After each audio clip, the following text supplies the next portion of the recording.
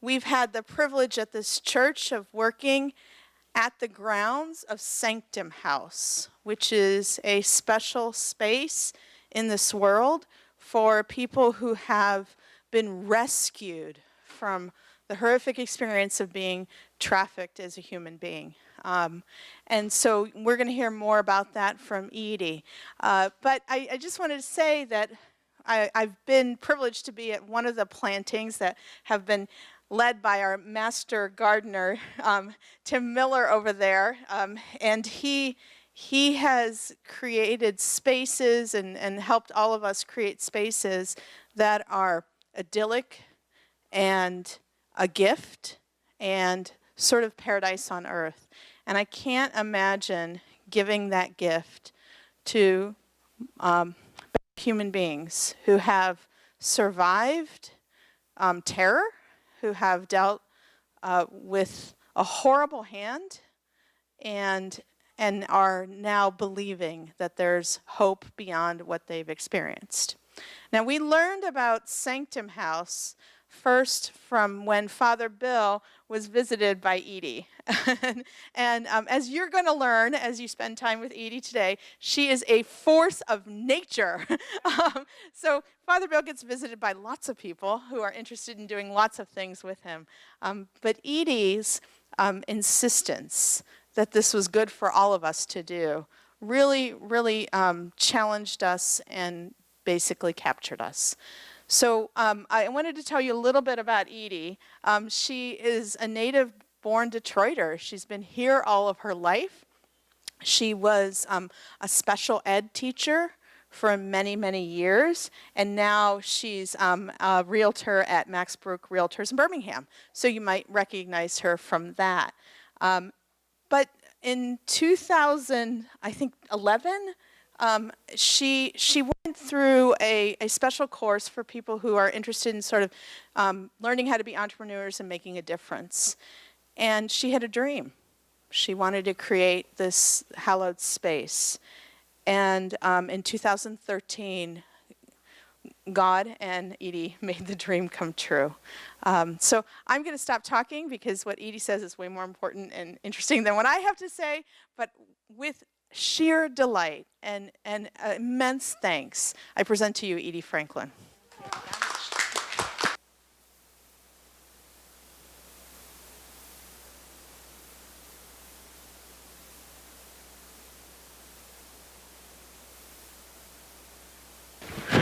Can you hear me?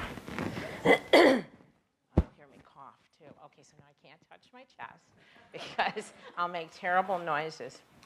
Oh, Manisha, that was lovely. I'm honored to be here with all of you today. I talk with my hands. I touch too much. Okay, to be cautious now. But that was just lovely. And I'm really honored to have been asked to come here. You guys and Christ Church and everything have been so, so good to us and helped us have this gorgeous garden at our house and flowers and plants. After I can show you pictures of our tomatoes and our squash and everything that you helped us do. So we're very grateful, and I'm happy that you have opened yourself because the topic of human trafficking is not really a pretty topic. However, it is a real topic, and it exists in not just the world. We tend to think that it's something over there. We don't necessarily realize that it's something right over here. And the piece of it is that it's right here in our own backyards, affecting our own people, our own neighborhoods, be it rural, up north, little, big towns, whatever. So you know a little bit about me. I'm a mother. I'm a excuse me. I'm a grandmother. I have a granddaughter, 19, and one 16. I always was for Michigan State. Now I was always for U of M. Now I have to be for Michigan State. So I was a turncoat. So, but anyway, that's a little bit about me. But let's go back into how this came to be. Manisha gave you a little bit of an idea. But back in 1979, that's 40 years ago, I was in real trouble. And I don't know if any of you can relate to the bubble coming up behind your car. And I went, oh my God. That's all I could see was this bubble. I thought, what am I going to do? So I was driving down 7 Mile Road and the Lodge Freeway, and there was a gas station on the corner, and I thought, cops, I better turn in. So I turned in. I'm in the gas station, and the next thing I know is, get out of the car and put your hands on the roof. Get out of the car and put your hands on the roof. There was a gun pointing at the back of my head, one on the left, one on the right, and one in front of me. What was I going to do? This was the end of my life, or so I thought. I got out of the car, cuffed on the hood of my car. You are under arrest. They started to read me my rights. I thought my life was completely and totally over. I had a lap full of money. I had heroin. I had cocaine next to me on the car seat. And I knew I was not only under arrest, I was in really, really, really big trouble. I'd been a heroin addict for 10 years, and I was dealing drugs. They caught me. They caught me red-handed. They caught me in Detroit, and then they caught me in Oakland County. So out of that, I was lucky. I was really lucky. I came from a good family. I had parents that cared about me, a family that cared about me. They hired good attorneys. And I was able to skirt by, hardly. I was facing 20 years in prison. I ended up with lifetime probation, which lasted for 26 years instead of lifetime probation. And I was remanded into a long-term treatment facility for drug addicts and a therapeutic community where I lived for 1.5 years. I had no idea that this experience was laying the groundwork for me to open a 2-year program for women who were more disadvantaged than I was and didn't have a choice and didn't have a chance. I was lucky. Fast forward. Every year I do some kind of a self-help program. I go to conferences, and I go to Tony Robbins and Deepak Chopra, and I do all these things. And this year, it was 2011, 2012, I was doing landmark education, and I was doing what was called the Self-Expression Leadership Training Program, and we had to come up with a project that was missing, something that was missing in the community. So what did I do? I started to look, and I saw everybody was starting to talk about human trafficking. I had done a paper on white slavery when I was in junior high school, so I was always a woman at risk, and I was always for the underdog. But I saw nobody was doing anything for human trafficking. They were talking in my mind.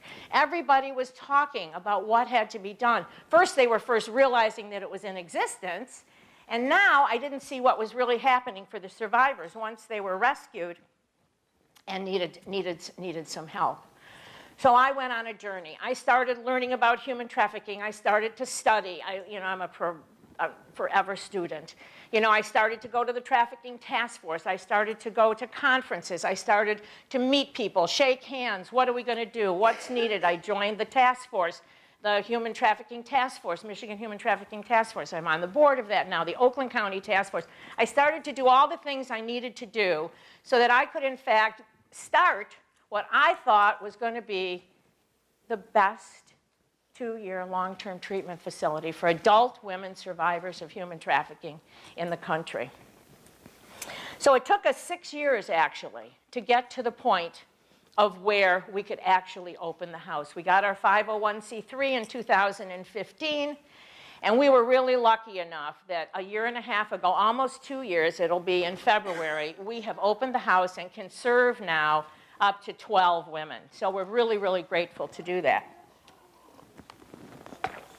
12 women so that they will be able to repurpose their lives and be empowered to be the women that they really could be, that they didn't know they wanted to be, that they had no choice of being. They knew nothing about it. Some of our women have been trafficked or in pornography from little girls, from 4 years old and 5 years old. We've had women from 18 years of age to 57 years of age. We have had people across the charts. But some of what I found out, and I think this is a lunch and learn, And this is about learning a little bit of what I learned over the 6-year span. Well, now it's 7.5 years. To teach you a little bit of what I've learned. So there are a lot of myths around human trafficking. One of the most pervasive myths is that it is really a violent crime and that the survivors do not know their traffickers. That is really not true. They usually do know their traffickers. They're maybe the romantic partner. Maybe the young kids meet them on the internet, and now they're romanced, and they're wined and they're dined, and they think, excuse me, and they think this is their boyfriend, and the next thing they know, this romantic partner is turning them out and threatening them and saying, if you don't do this, I will hurt your brother, your sister, your dog, your mother. Sometimes it's a family member. As ugly as it is, sometimes parents, cousins, brothers, sisters pimp out, sell, and abuse their family members. It doesn't make sense. It happens in malls. It happens on the internet. There has been no, for kids being kidnapped and taken into human trafficking, no cases that are stated that that really does happen. There have been kidnappings, I'm sure, out of malls somewhere, but nothing that we know of where they are actually kidnapped out of a mall and taken into trafficking. But what we do know is they go and they hang out at malls and they meet people, and some of those people are very bad. I don't like to let people think that you have to scare your kids to death and kids shouldn't live a life. Every child needs to grow up and learn how to walk with self-esteem and be proud and walk and experience life like we all had to. It's a scary world, and yet it's a wonderful world. So everybody has to learn, but we have to be cautious. The other myth that people have is that the women, children, boys, now this is not all girls. We think of it as a girls' issue or a women's issue. It's not. Boys, men are also enslaved. Slavery did not stop when we thought slavery stopped. It did not. It just changed the way it looks. But the myth around this is that the people that are caught, the people that are in it, can in fact leave. They cannot leave. That the doors are locked and they cannot leave. That is more often than not true. Now the truth is, some of them are kept in cages. Some are chained to beds. Some are locked in drawers underneath the furniture. But the other reality is most of them are in the rooms, in the houses, and they can come and go. The chains that bind them are psychological chains. Chains of force, fraud, or coercion. Chains that make them think they can't go. They're either in love, they don't want to leave. They think it's their choice. Chains that if you leave, fraud, coercion, if you leave, I'm going to hurt your mother, your brother, your sister. Force, okay? Or they watch and they see someone else get beaten for trying to run away, and they're afraid. So they say, okay, I will be compliant. It's important that you, all of you, every single person knows that compliance is not consent. It is not consent. Sometimes it's just survival. They don't have another place to go, okay? They don't have a place to make a living. They don't have money in the bank. They don't have family that cares about them. The pimps or the abusers have gotten them drug addicted, and in the drug addiction, now he's their pusher. So where are they really going to go? So they are not necessarily chained, and they could leave. Psychological slavery is often worse than physical bondage. So remember, compliance is not consent. Even if the person the first time said, sure, I'll go with you. But right after that, if the elements of force, fraud, or coercion are involved, it's automatically a human trafficking case, unless you're under 18, where you don't need force, fraud, or coercion. We also tend to believe that all human trafficking is sexual exploitation, and that all commercial sex is human trafficking. That is not the truth. There are women, men, boys, whatever, for life and what they need, they do prostitute. They do go out and do prostitution. So we can't see every prostitute and every person that chooses that life and say, human trafficking. It's just not true. And like I said, we mostly think it's men, it's women and girls, but it also, so many, we don't talk about the boys and the LGBTQ community. It is really an issue with the vulnerable populations, the underserved populations, and so we have to keep looking at all the populations that are out there. It's not just women and girls. And also, I think it's really important to say this. I have watched and seen several movies lately and a lot of video clips that I watch. It hits all stratas of our community. Very often you see all the victims are little white girls, and all the pimps are black men. It's not real. It's not real. There are cases, and this is the way it looks. But there are Hispanics, and there are mothers, and there are women that are abusing other people. So if you're working in a hospital or a dental office, and you're a first responder, and a girl comes in or a boy comes in and they're Hispanic or they're black or they're whatever, don't say, well, everything I've ever seen in the movies looks like this, and you miss it, because it doesn't look what society sometimes puts in a pigeonhole of how it should look. It looks everywhere. I could have been a human traffic victim, okay? I was an educated woman that was a heroin addict and truthfully could have been chained to a bed or a radiator somewhere any time over the 10 years of my drug addiction. It's just the truth. So it doesn't look like you think it's going to look. It's in suburban, rural, urban. It is in every zip code, in every state. It can happen to everyone. There's two more myths that I really want you to know. One, everybody thinks because it says human trafficking that it involves transportation.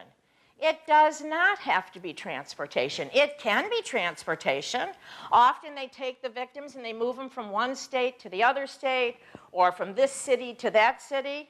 But smuggling is transportation. Sometimes smuggling occurs to bring people in. They smuggle them in, and then once they get here, then they are trafficked. But the act of smuggling is not human trafficking. It's just that. It's smuggling. So we have to be able to keep the distinction in our mind between the two so that when we arrest people, we can prosecute them for the right crime. And the main thing, one of the very main things, is that it is not just over there. We have a house. We have now seen 36 women. All of our women are domestic women from all walks of life. Okay, so it's not just over there. It's from over here. There's not just sexual exploitation. There's labor exploitation. In the carnivals, in our massage parlors, in our nail salons. Who do you think, when they're giving you a mani-pedi for $6 on a special or $10 on a special, who isn't getting paid? I can guarantee you it's the nail tech who isn't getting paid or doesn't have any documentation or doesn't have a place to sleep and they're having them sleep right in the building there. Look at the people in the restaurant business that were in the basement of that building out in Novi or wherever that got burned up. They had no documentation, nowhere to sleep. Those were human traffic victims. Carnivals.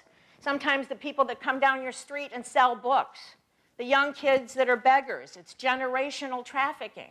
They teach them from little up. They raise up victims.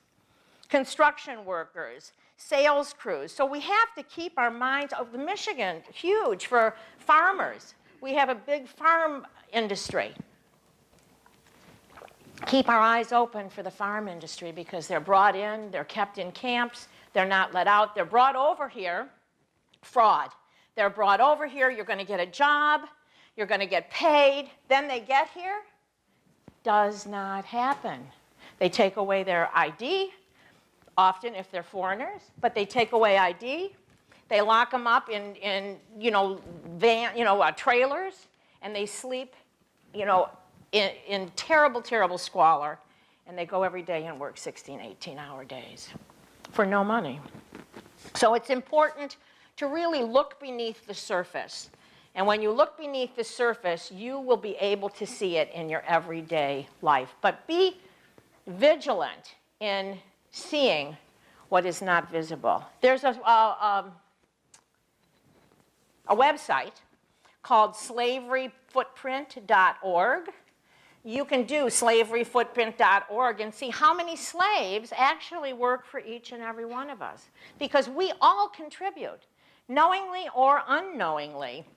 We contribute because the supply chain of which we get our merchandise, the clothes that we wear, the food that we eat, the chocolates that we eat, be it Hershey's chocolate, Zara clothes, Walmart, all these places, if they're not starting to be vigilant, truly, truly vigilant, I mean, all the coffee beanery places, not all of them, but many of them, if they're not fair trade, the little kids that pick the coffee beans, it's all child labor. Or the shrimp industry, little kids, because their little fingers can get into the nets to pull the shrimp out of the net. So we're all part and parcel of all of it. So when you go on there and look up fair trade businesses, you don't have to do everything. Nobody has to do everything. But if we all do a little something and you buy Utz chocolates instead of Hershey's chocolates, you've done something. So, facts. So those are some of the myths. I said this was going to be about myths, facts, and solutions. Some of the facts are that we really don't have a lot of facts. There is no central data system. There's Polaris.org, which is like the national hotline, the national location for everything human trafficking.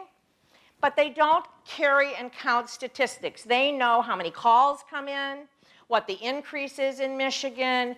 They have, with all the labor unions and stuff, everybody dumps information there. But we don't have, and here in Michigan and the country, like real statistics on, is Michigan, how many heard that Michigan is number 1, or number 2, or number 3 in trafficking? It goes around all the time. There are 3 major criminal activities: drug trade, gun trade, and people trade, human trafficking trade. Human trafficking now vies for 1 and 2 as the largest criminal activity and industry in the world. In the world. In the world, it is considered to be a $150 billion a year industry. Selling people. The average price today, with the statistics we don't really have, but I'll tell you how we get to that, is about $90 a slave, because people buy people. And we know that they're buying them. And the average pimp makes $150,000 to $200,000 on a woman that he has enslaved, having her go out and be raped over and over and over and over and over again, day in and day out. So people are getting out of the drug industry to get into the people industry and to start selling people and enslaving them. Why? You can sell a pound of cocaine or a pound of heroin or some pills or some meth one time. You use it once, now you got to go cop, jeopardize your freedom, go over the sea, one time. But you get a girl, or you get a little boy, or you get somebody that people want, that they ask for, and you can sell them yet again, over and over and over and over again. It's beyond my comprehension. And I know it's so real, because I have real people that are living at Sanctum House today that tell me their stories. Tell me their stories. And I sometimes think, I don't really get how you even survived. It's so ugly. And yet the human spirit is such that we rally, we get out, and we find a way. There's approximately 40.3 million slaves across the world. It's in 163 countries. It's in every single zip code that we can imagine. Slavery, like I said, did not end. It is more prevalent today than at any other time in our history. I started reading, every day I try and read a couple articles. We're starting to arrest more people. We're starting to get better laws. I mean, write your congressman, write people, let them know what you think. We were always treating the victim as the criminal. The little girl, the young person they're arresting, and well, you were prostituting. Well, young people under 18 years of age cannot be prostitutes. They're not prostitutes. They're being prostituted. Under 18, you can't make that decision, and they were going to jail, okay? And their lives were being ruined because of it. And the victims, and not the victims, the abusers and the pimps, those are the ones that get away. We need to have stricter laws, stricter sentences for the people that get caught, and figure out new ways, because the criminals have always been smarter than us. They figure out a way, they plot, and they're more together in a group, and they figure out what they can do and how they need to do it. We're always thinking in plans, like you need 7 people to have a meeting, to have a meeting, to have a meeting. We just need to do something. We need to get together and galvanize and write our congressmen, write our people and say, it's time to do something about human trafficking. So like I said, we have seen at Sanctum House, so those are some of the facts. And we're looking to create a master database so that we can get some of the statistics. We used to think the average age was 12, 13 years old to get into trafficking. That's not true. Anymore, it's a little older. It's more like 13, 14, 15. The vulnerable, the young people that are runaways are the most vulnerable for this terrible crime. We have been lucky enough to see 36 women so far in our home. And they come to us, people say, how do we get them? How do they come to us? They come to us through all sorts of different means. Since our program is right now for women 18 years of age and older, they come to us from other programs where they age out at 18 years of age. And there's no place else for them to go, and they still need treatment, long-term treatment. They come to us. They come from the judicial system. So often they come from police, from first responders. Now, thank God, first responders, we're on a campaign to get all the police educated and trained in what human trafficking is and what it looks like. I mean, it's hard to believe that the police who are arresting people on the streets and are the first responders in the first line are out there, and they don't know, or they didn't know, what a human traffic victim looked like, or what's the right kind of forensic questioning approach to do so that you don't scare them, so that they don't get in trouble, so they don't talk to you and then go back and the pimp beats them up because they're afraid that they said something. Okay, so now police, fire department, doctors, dentists, nurses, all have to get credits in human trafficking. So we're getting smarter. You know, I always say, when you know better, you do better. We're starting to know better, and so we're starting to do better. We have a way to go. We have room in the current house right now we have 12 beds. We have room for 12 women in the house. As of today, we have 11 women in the house, and next week, it's sad, but we're happy that we have room, and the house will be full next week, which is really good. And we have an opportunity. So since February 12, 2018, we opened. We've always said that we are a 2-year program. But we've kind of looked at it and said, you know, we're really an up to 2-year program. Because some women have successes, they don't need a full 2 years. We have women that at 6 months were doing well, wanted to be reunited with their families, their children, and we made that happen for them. So at 6 months, they were able to go, and we helped them get jobs, and we helped them get apartments and places to live, and they could reunite with their children, or they could go back with their families. Some just leave, sadly enough. Some just decide they can't do this, they weren't ready for 2 years, and they leave. And some go back to their traffickers. Because it's not that they loved it, it's that it was familiar. Or they don't feel like they deserve what we offer them. Our house is loving and caring and beautiful.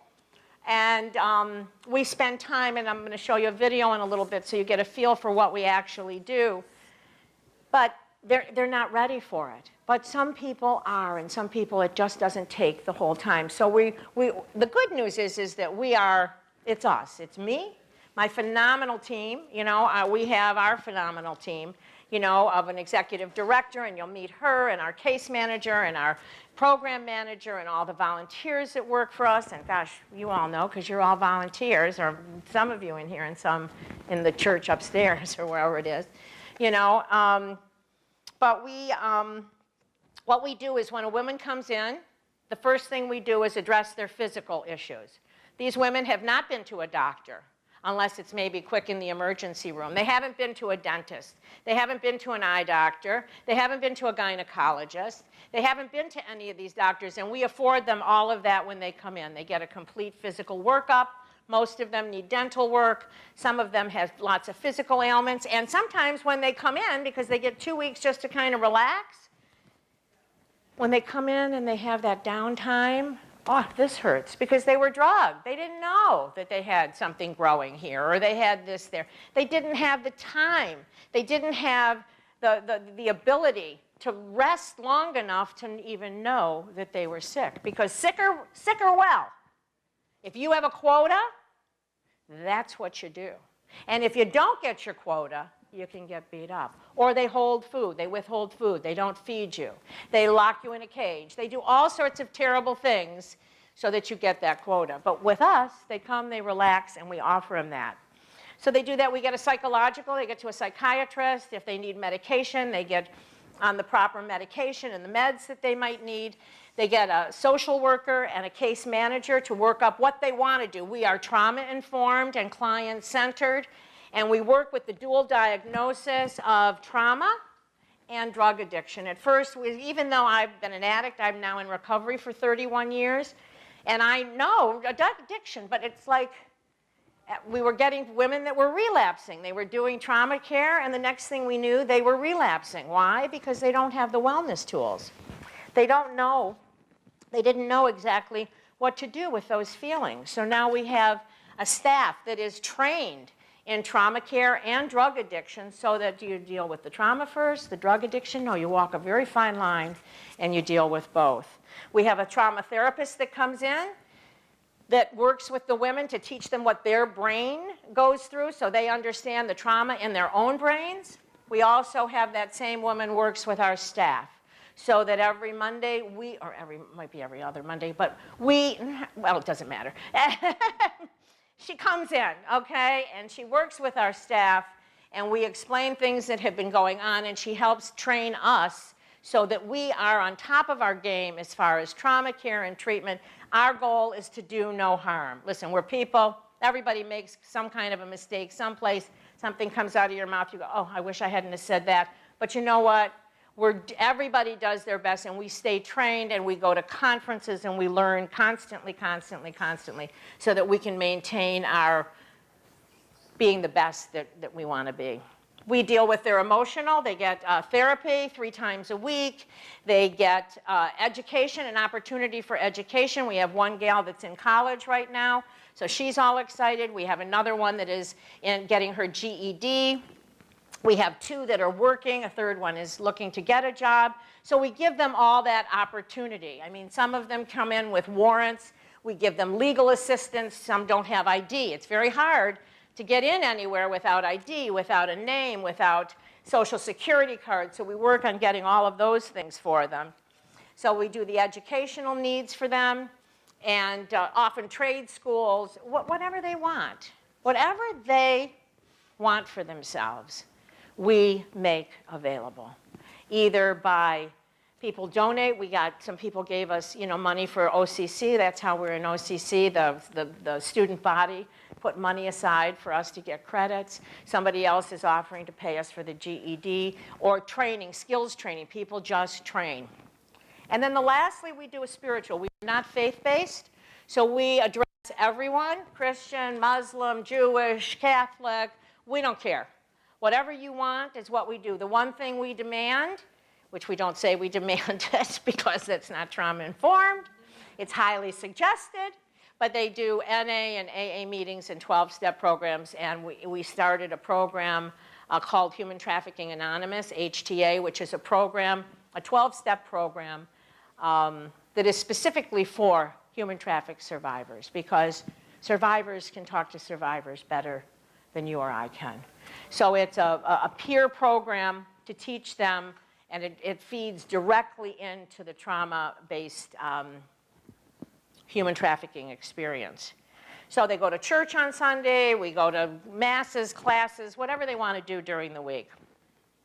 So the main thing is that what we do is we are creating an opportunity for women to develop a sustainable lifestyle, create a sustainable living lifestyle for them after the life of trafficking, to see that they can be empowered, that they can have a voice, because they had no voice, and they had nobody speaking for them.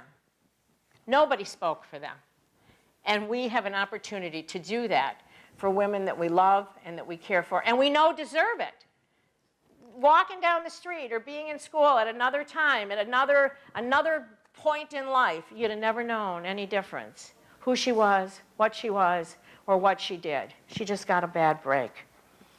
So let me show you, I wanted to show you real quick a little video of what we do so that you know that that's us, we are the solution. But I'm going to show you this because that was the third part. So, yeah, okay.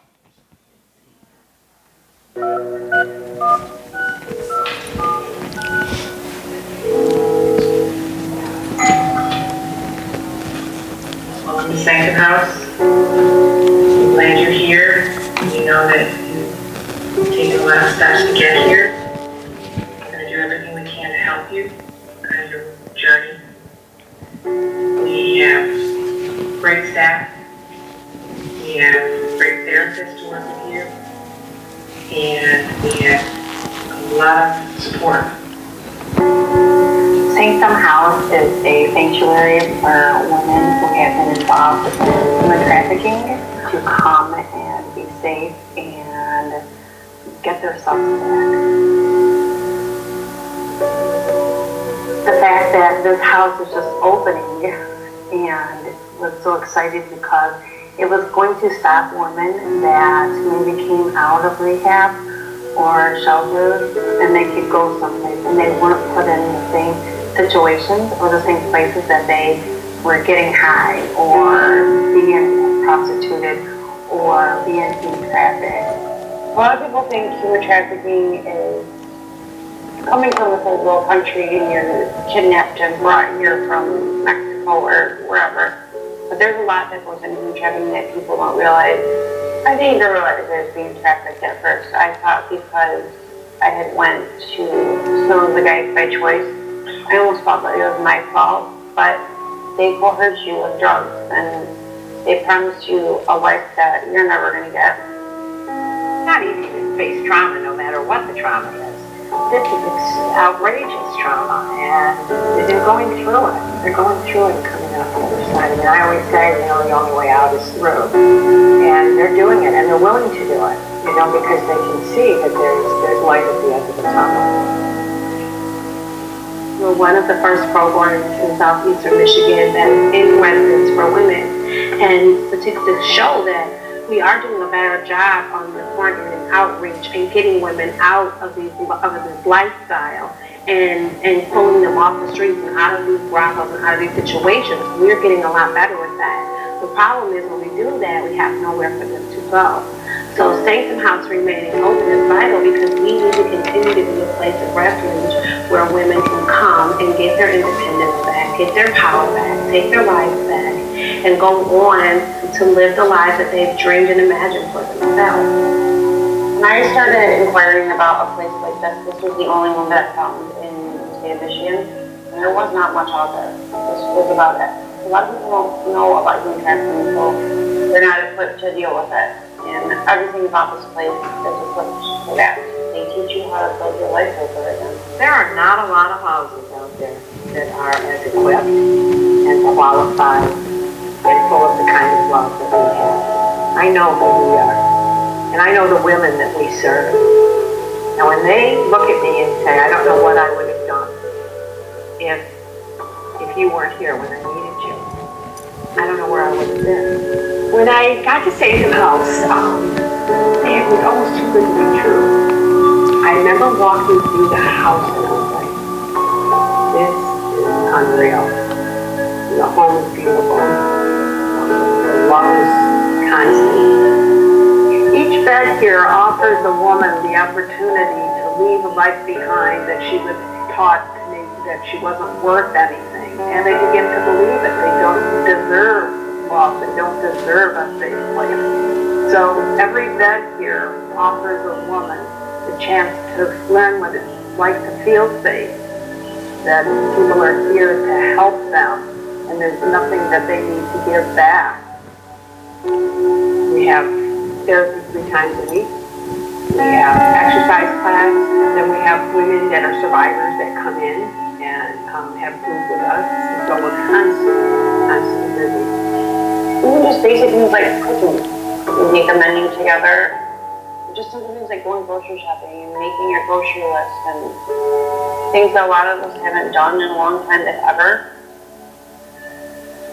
Some of the goals that the residents might have is to reunite with family members or friends, maybe that they've lost contact with or have broken relationships with.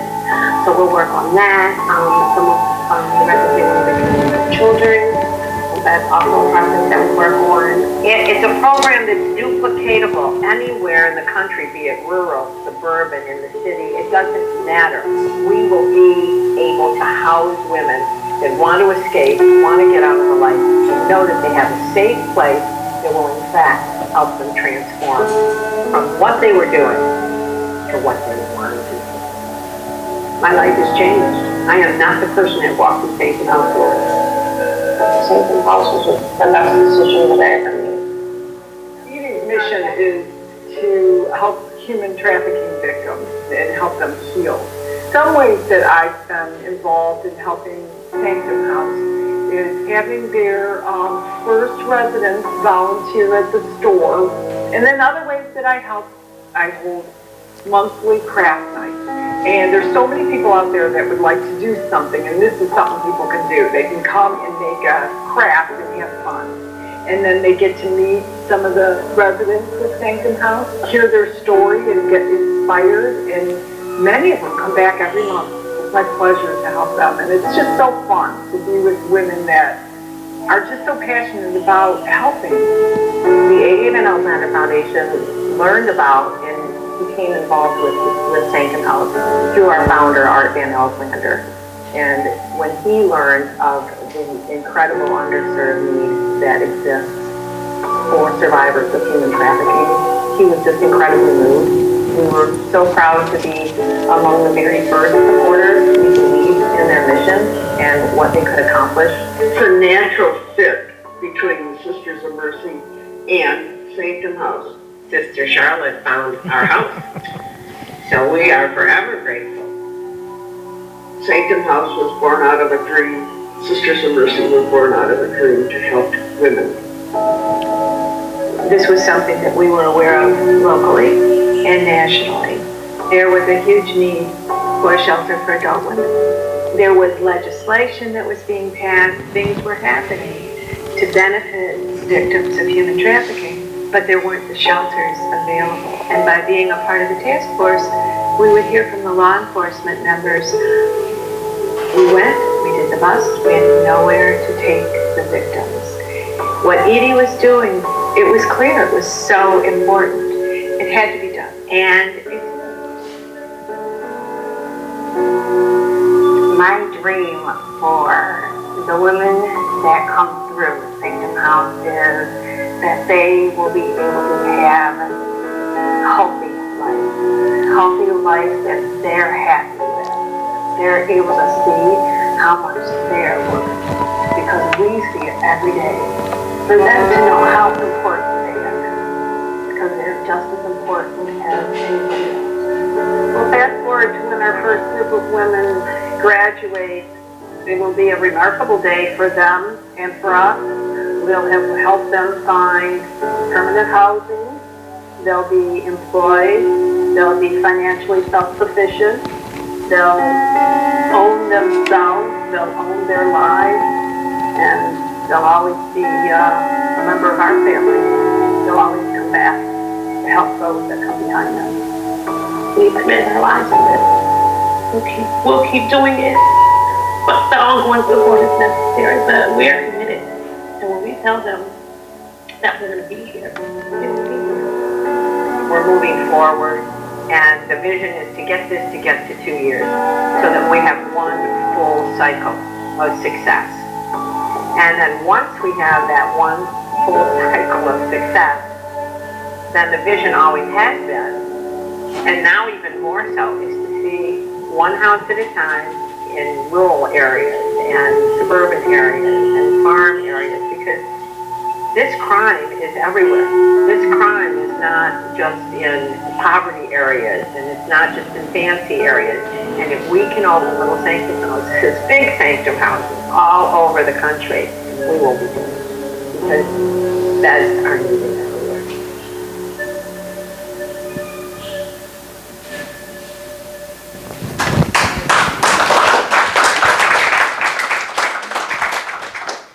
Wow. Let me turn this up. Did you get the phone number? No. sanctumhouse.org. So, you know, I'm more than honored to have been a part of, you know, founding this organization and creating a team and a group of people that really, really care. And I always say, now that we know better, you know, we have to do better. We're lucky enough, we're on a piece of property that's 2.3 acres, and there's 3 houses on our property. We're in one house. There's another house that's like the mirror image of our house, and then also an apartment building on the property that we have an opportunity to purchase, so that we could more than double the amount of women. So instead of 12 women, we could potentially house and help 30 women. So we're very, very excited about that opportunity having come to fruition. Or it's in the process of coming to fruition. We're working on making it happen. But we are a family, and the women call themselves sisters. And they always look at me and say, so how do you feel when you know, the other night I eat dinner there on Wednesday nights, and I run the recovery program there. And I sat down at the table, and the table was full. You know, and we do these conversation cards, and we talk, and we have a family dinner. And you know, I just look around the table and I think, wow, I mean, these are women that really had no chance. They really had no chance. And for whatever reason, I was given the opportunity and to be able to be a voice for them and to put together this wonderful organization and people that help us to give them that voice and that opportunity that I so graciously got, which was to me, a gift from God and the luckiness of my stature in life. But what we offer for them is hope, we offer them inspiration, we offer them opportunity, and we offer them love. And more as important as all of that, we give them a path. We give them a path of what they wanted and how they wanted their life to look. Not that it won't change, perhaps, but they now have the way to move forward and do what they need. We have a volunteer sign-up sheet over there at the back. If you want to, contribute your time, your treasure, or your talent, we're open. We have a wonderful volunteer program. We have an internship program. The truth be told, there's less than 500 beds, probably 300 in the entire country, specifically for human traffic survivors. Slowly, people are starting to open more homes. In Michigan, there's probably less than 50 beds if we open, or not if, when we open, and expand. There will be more. But beds are needed and programs are needed for these women. So time, treasure, talent, and what you can do, you can continue to educate yourself and learn, write your congressmen, write people that laws need to change, and just keep yourself going. If you have other groups that you'd like me to speak to, we're more than happy. I speak, Karen speaks, we'll be happy to come out and talk to anybody.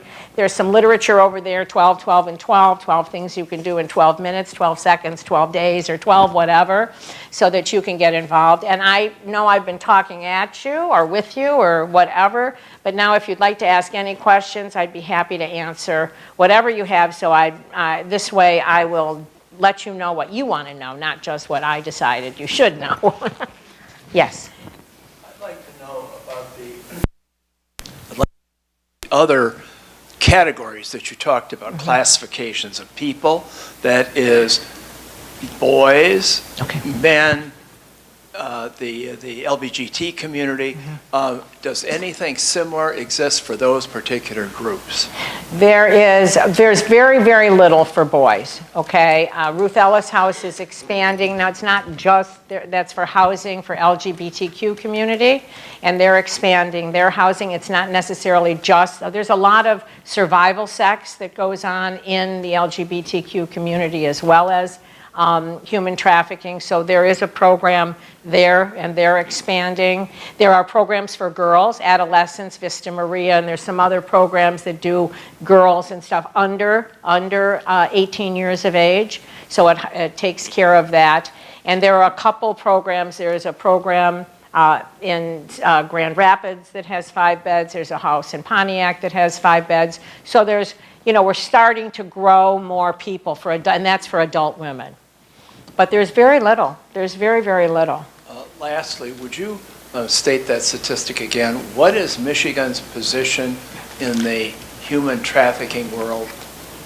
There is no statistic, so I can't tell you. I'm telling you that when we heard we were #1 in human trafficking, there was a raid on a particular day, and we gathered up the most survivors and the most pimps. So we were #1 that day on a raid in collecting perpetrators and victims.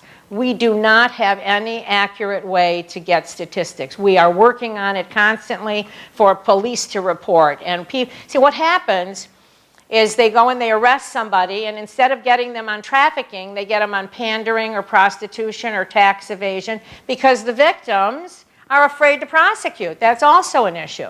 They have to face them in court. So now new laws are coming where they don't have to face their perpetrator in court, and then they're not so afraid to prosecute. So they don't get prosecuted for what they were really doing. But I read, and it's very interesting because it used to be, when I first started this, the articles that you read in the paper about these judges and people and businessmen and whoever that were doing trafficking, they were very benign. They would just talk about it. But now, I read 2 articles this morning before I came here. They are really, really graphic as to what is really happening to these people. So I think it will help us get more aware of what's going on and that we really do have to get involved in this and make a difference. Thank you. And by the way, if you're in Chicago, or if you're in Detroit, or if you're in California, every state has heard we're #1. I don't know why everybody wants to be #1 in human trafficking, okay? But that's it. So the statistics are just wrong everywhere. Every state is #1 sometimes. At some point, they're #1 at some point in time. Yes? Do you ever have any problems with the traffickers or the people that have controlled? Do you have any problems with the controllers or the traffickers who have controlled the women trying to come to the homes to get them back out? And how do you handle that? Okay, so usually we don't. It's not likely because the women and the people are like next.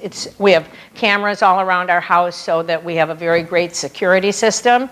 So for a trafficker to come after one woman when he can go pick up another one and jeopardize being caught, turned into the police, they really don't come after them.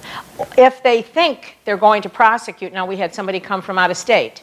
They wanted to get her out of the state she was in, and so she's in our facility because she was afraid to stay in that state, and she is going to prosecute. So she came here so she would be safe. So under those kinds of things, we're very cautious to make sure that we keep, because we're a safe house, and our goal is to keep it safe. Any other questions? Yes. Excuse me. I have a couple of questions. Were you doing anything in particular for the police to pull you over? I mean, or you kind of... Yeah, I had just, actually what I had done, yeah. I think, okay, so was my theory in life. I was desperate at that time in my life. And I had been being followed because I was a drug dealer. So they had followed my house. They broke into my house. I got arrested out of my house. So they followed me, and I was making a delivery and picking stuff up. So they knew where I was. It wasn't like I was doing, I mean, they were looking for me. They were looking to bust me. So that's really why they picked me up. And I knew in my mind that the only way for me to stop, because I was like at the bottom of my bottom, and I was surprised, I can't believe, I mean, there has to be a better way to life than what I'm doing here. And I knew that the only way out, I was either going to die or the police were going to have to catch me. I knew I was not going to stop on my, I could not stop. There was nothing. I had a son, I had a little boy who was 6, 7, 8, whatever he was at that, whatever age he was at that, he was 9, if it was 79. And nothing could make me, not my mother, not my kid, not anything. I mean, I was a slave. I was a slave. I was a slave to heroin, to drug addiction, and the lifestyle, the whole thing. So how is this program funded? I mean, how is the staff paid? Where does this money come from? Money comes from, we write grants. We were lucky enough initially to get a nice government grant, which helped us from the government. But mostly it's foundations, private money, corporate money, individuals writing checks and seeing the need and just saying, we want to help, we want to do something. So it's constantly fundraising, constantly looking for money, constantly growing, and more people. And one of the things that I always say, instead of starting, all over from scratch every time, let's invest in the programs that are already in existence and help them grow and get better. The Grand Rapids, the Ypsilanti, the Pontiac, the Detroit, all the places that are there, and help them. But it's mostly grants, foundations, private business, and people. So what happens when a woman gets older? Does the pimp get rid of her, or what? Sometimes they get rid of her. They're done. The average lifespan of a woman on the street is 7 years. So if they're not either used up or dead or going out on their own or whatever, it's about 7 years. So when they get older, yeah, they're done. So what is older? Could be 50, so it depends, Is she? It depends. 50, old could be 57. Old could be 50. It depends on how they look, how they've taken care of themselves, what kinds of drugs they were on. Are they still usable? If they're usable and making money, they're not dispendable. They're not. They don't go away. They keep them. And everybody wants something different. Some men want pregnant women. Some men want, little girls. Some men want, it varies. Some wants old people, some want young people. It's ugly. Yes, we do have women with children. We don't take their children. Their children have to be in a safe environment with somebody safe, and we will reunite them afterwards, but we do not take children. Yes. Hi, Edie. Thanks for coming. Your presentation has been wonderful. I was wondering if you could speak about what impact does the auto show and some of the big PGA golf tournaments have on human trafficking in our area? Okay, so that's a really good question, because we say, oh my God, it's human trafficking and it's huge at these dates. It is big on those dates because it's a group of people, they all come together. Women are being brought in from other states and they're being sold because corporations are saying, I want this and let's make a party and let's do this. But the downside that this does, because this does happen and it's real, and they do, events to try and catch people, but it's happening every single day. So as much as we want to hopefully catch some pimps and abusers and traffickers and victims on those days, it's wonderful, but it doesn't do a great deal for the mission and the cause every day of the week. Women are being abused and taken and abused and being sold every single day. But yes, it does, because it's the nature of the beast. Another bachelor party, another this, another that. So, any other questions? Yes. You are able to rescue a few people. How do you prevent the trafficking in the first place? Okay. If we had to write to our congressman, what should they be doing? Okay, so prevention is always number one. So one of the things that we've started to do now is we're trying to get into the school systems, which is very difficult to do because there have always been, people that come in and scare people to death, and they got in the schools once or twice, and now they scare the parents and they scare the kids, and they don't want to hear from anybody talking about trafficking in their school again because they don't know how to help their kids to live. But we are working on elementary, it's even as little as Stop the Bullying. T-shirts that say people are not property. We don't sell people. We start with young people and start teaching them to respect other people, that we don't sell people. People are not for sale. So we get in the schools, we get into the churches and talk to the youth groups. We get in and realize that we have to have, prevention is, changing the laws so that they get really big sentences once they get caught. They don't get a slap on the wrist. Maybe we start spanking the Johns and spanking the people that are buying sex, okay? The demand is huge. The demand is bigger than ever. And we know more that the demand is big because of the internet and the TV and newspapers and what have you. So maybe we get big billboards, and if you get caught as a John, your face goes on I-95, or I-75 or whatever it is. And we start to really make a statement into our community, because it has to be prevention. We need to change the laws, and we need to be able to get into the schools. So education, you think is the... Education is the beginning part. It's teaching, what do you do? What do you do when you see it? What do you do? What does a little girl do when the guy in the mall says, gee, you've got pretty eyes? Well, and she's, vulnerable, or what? She said, really? Do you think so? He knows he's got a mark. Okay? If she says, gee, you have pretty eyes, she said, my mother told me that. And she walks away. Okay, so there's a difference in what we teach our kids to empower themselves from a young age. Answered? Not really. Not happy. Okay, there is not, and all it is prevention. It's like anything else. It's, don't say no for drugs. Don't use drugs. All you can do is tell people, okay, what is happening, give them indicators, give them stuff, and then education is really all we can do, and then persecution and prosecution. Well, let's take the specific. You talked about farm workers being exploited. Yes. How would we stop that?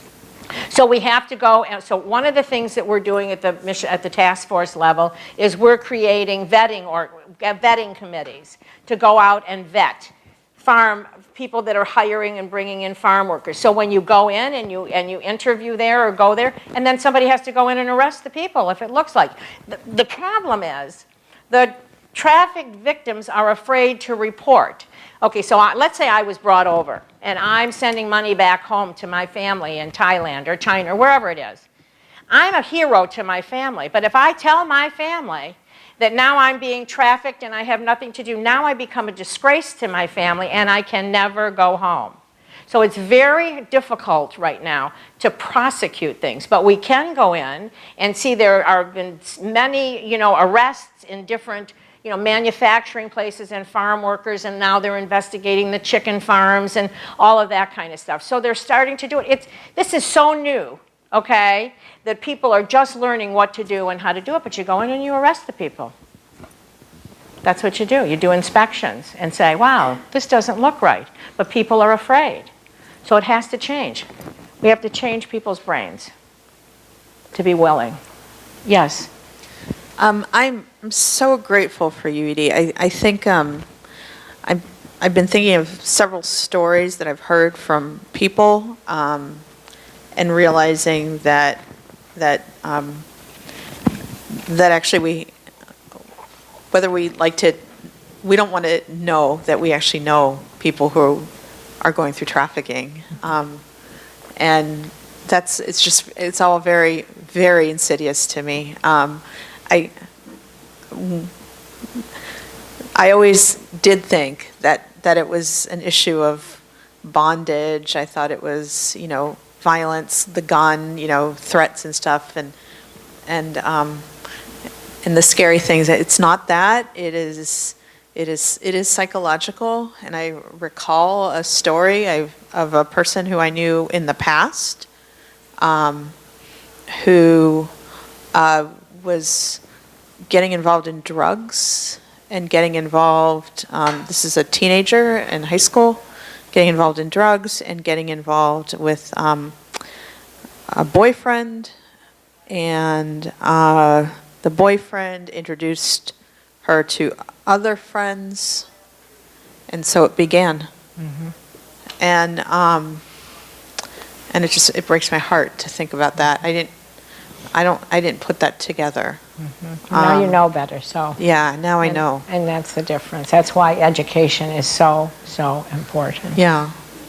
I guess I want to thank you for coming. And if we have time for maybe 2 more questions. also wanted to, I wanted Tim, if you can also share, Tim, the experience that you had. That's what I'm hoping for, yeah.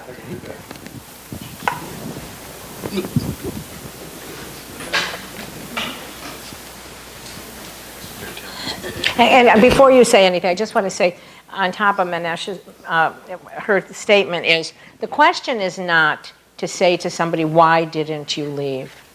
Because they can't leave. If they could leave, they would have gotten up and left. So it's almost it's accusatory to say to someone, well, why didn't you just leave? Like, you moron, why didn't you leave? I mean, that's not the question. The question is what can I do to help? Go ahead. I just thought that I would share with everyone, for the last 2 years, people from our parish have volunteered 2 times to go over to the house and actually do, the first year we basically cleaned up the landscape because the house had really been uninhabited for a couple of years. Yeah. So we did a lot of work. We cleaned up, we mulched, we planted flowers, did all that kind of thing. And then we did it again this year, except this year we expanded. There was an old vegetable garden. We expanded it. I think we doubled the size of it this year. So the house could actually, they could raise vegetables to help feed the residents.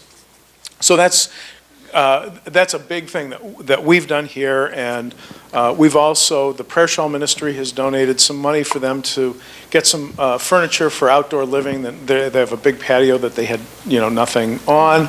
So we've helped that way. We've helped, they're building a library to put textbooks and self-help books for the women to have a resource to, if they're looking to, maybe their education wasn't as good as it was, or whatever the case may be. So we have been involved, but what I really wanted to relate was the fact the first year that we went, we kind of knew Edie. I didn't know her really at all till we got there, and we certainly didn't know the staff or any of the residents. And so we got there, and the first year it was wonderful. We had about 50 people from Christ Church Cranbrook, parishioners and friends. So we got there, and Edie did an opening, and we said a prayer, and then and a couple of the residents at the time came out kind of timidly to join us. Here they're walking to this crowd of 40 or 50 people, whatever it was, that were there. And so they worked with us, along the way. And as it so happened, there was one woman, can't use her name, but she probably out of all the residents had the most interest in what we were doing. And she worked side by side with all of us that were working there. And at the end of the day, she said, well, I'll make sure that everything's watered, because we said, we had planted shrubs and roses and things like that. And we said, you gotta make sure that you keep the stuff watered, because otherwise, it'll be a waste of time. And this woman said, oh, no problem, I will take care of it. You can be assured that I will take care of it. And so we kept in touch with Edie and with Karen, and they said this woman was, she really was taking care of everything. And we went back a couple of times. My wife and I went over to drop some things off and pick things up, and everything looked wonderful. So at the end of the season, Edie said, the flowers were beautiful. Everything was so well cared for. This particular woman took personal pride in making sure that this was all taken care of. And I had, worked with this woman that day and a little bit, and she was very quiet and whatever. So this year we went back, and I went a couple of times beforehand to kind of prepare for the day. And she came out, and she walked through the gardens with me, and we talked about what we were going to do. She was a totally, totally different woman from the year before. She, she told her story, and she was in college. She had gone back. She was at OCC taking a full load of courses. She was working a night job as a home health care, in something related to home health care. She wanted to know exactly what we were going to do and wanted us to know that how much the gardens and taking care of everything had meant to her, and it helped change her life. Thank you. That's a story that it's only one person, but it's a story of something that we made a difference. And that's what this woman is doing day in and day out. Thanks, Tim. You made a difference to a lot of us because we got a lot of produce out of that garden, and we shared it with the community and the other houses on our lot. To answer your question about how we get funded, I just want to make sure you know this. We want to also create opportunity for our women. We are going to be opening a business enterprise. Our hope is that it's going to be a chicken franchise, and it will be a place for the women to work, and they would make income, and Sanctum House would make income off of the business. So it's a business enterprise that will help train the women, because if you can run a business and be a manager, or a sous chef, or whatever, you can pretty much do anything, I think, in a short order thing. So, so we are trying to figure out ways for us to help give opportunities, other opportunities for our women, and also bring in money ourselves, so that we're not just dependent, on other people supporting us, because we are not a one-trick pony, okay? So we're going to be here for the long haul. Edie, thank you so much you. for your presentation and for sharing your personal story with us. It was very, very interesting, and a lot of things that we probably weren't aware of. Slip out, she also appreciates you coming to speak to us. And just and a sign-up sheet if you would like to volunteer at Sanctum House. So thank you very much. Okay, and thank you all, and I hope you got what you came for. I appreciate it. Thank you so much.